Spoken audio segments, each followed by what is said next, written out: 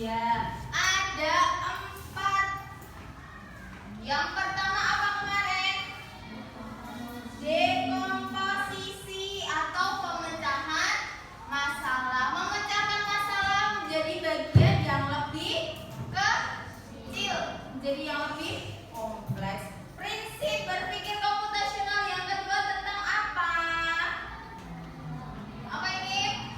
Pattern recognition atau pengenalan pola. Kemarin sudah saya contohkan ya tentang pengenalan pola.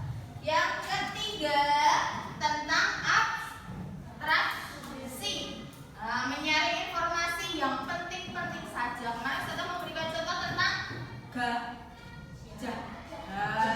Dari informasi-informasi yang panjang kita ringkas jadi informasi-informasi yang penting saja, sehingga menghasilkan sesuatu yang spesifik. Nah, yang terakhir yang akan kita bahas pada pertemuan kali ini yaitu tentang berpikir algoritma.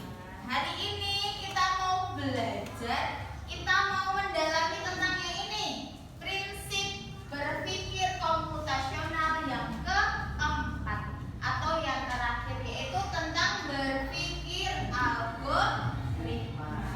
Sebelum Ustazah masuk ke materi, coba di sini ada yang sudah pernah masak mie? Nah, semuanya sudah pernah. Kira-kira kalau kalian masak mie, ada langkah yang tertukar bagaimana kira-kira? Nah, kira-kira gimana kalau ada langkah yang tertukar? Misalnya, sebelum minyak matang sudah bumbunya sudah dimasukkan, atau minyak sudah jadi kalian baru masak. Kira-kira seperti itu gimana? Gimana Mas Amir? Apa tadi bilang apa yang enggak kayak keras? Enggak jadi nominya. Nah, kalau ada langkah-langkah yang tertukar, enggak jadi minyak. Nah, sama kayak ini konsep berpikir algoritma.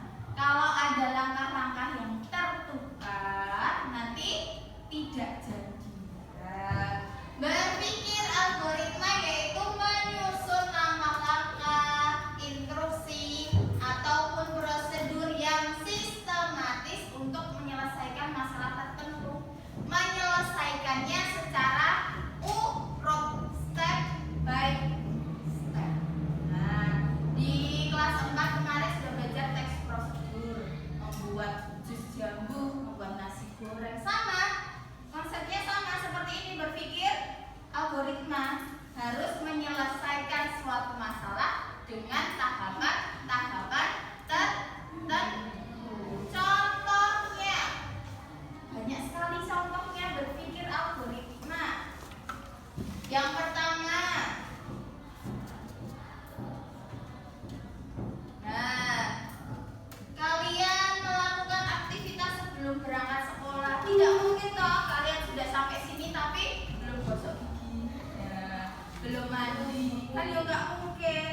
Kalian sudah sampai di jalan tapi sepatunya belum dipakai. Kan ya tidak mungkin. Sama.